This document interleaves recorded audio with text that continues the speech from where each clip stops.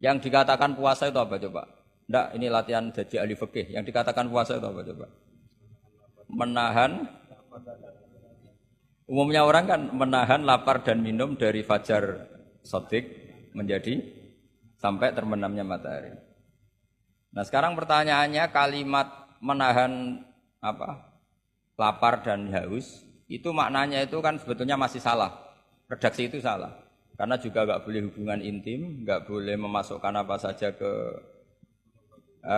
lubang dan sebagainya dan sebagainya.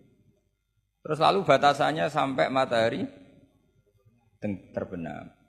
Ada beberapa daerah yang terbenamnya matahari itu tidak wajar. Sampai misalnya siangnya itu 22 jam. Atau kebalikannya, nggak ada matahari terbit, nggak ada matahari tenggelam, kayak di kutub. Sehingga saya berkali-kali bilang, ulama Indonesia itu kenapa alim? Itu ya di antara faktornya itu ada unsur kebetulan. Sehingga ada katakan hoax. Coba kalau kamu jadi ulama di kutub, terus cerita, baca takrib di sana. Awal waktu sholat subuh itu dimulai dari tulul fajri shadiq sampai terbitnya matahari. Orang kutub mesti tertawa-tawa, mataharinya mana bah? Gitu. Waktu zuhur adalah ketika matahari agak tergelincir ke arah barat dari garis tengah. Wah yang bener aja. Tidak ada matahari kok semua ukurannya matahari. Sehingga dalam ilmu falak astronomi diterangkan daerah yang enggak diliwati khotul istiwa, kalau dalam bahasa Indonesia disebut katul istiwa, itu sebenarnya dari ilmu falak Arab, itu namanya khotul istiwa. Khotun itu garis, istiwa itu garis tengah. Khotul istiwa terus jadi bahasa Indonesia katul istiwa.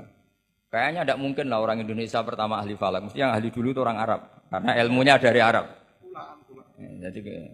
Jadi dari kulaan terus dijadikan bahasa sendiri apa?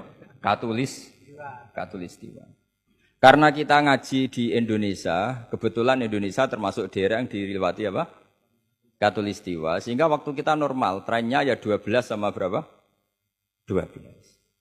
Nanti ada masalah itu misalnya kamu tadi di kutub. Lalu puasanya gimana? Apa dikonversi, tetap polanya 16 jam, terus konversi per antar sholat itu kira-kira berapa jam?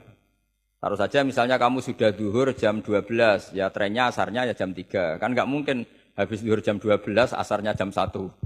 Karena polanya tafawutnya antara zuhur dan asar itu 3 jam. Setelah zuhur sama asar sama maghrib polanya juga 3 jam. Maka yang seperti ini mau tidak mau harus ada pengecualian. Ketika Rasulullah misalnya ngendikan waktu asar itu khina yakunu dhillus syai' mislahu terus waqalilan misalnya.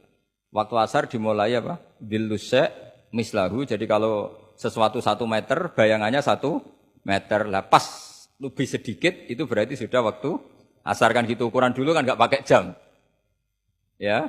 Terus habisnya waktu asar setelah matahari terbenam. Tentu dawuhnya Nabi seperti itu momentumnya di mana? Di daerah yang dilewati khotul istiwa. Karena yang tidak dilewati khotul istiwa tidak ngalami ada matahari terbit, terbenam dan zawalus syamsi.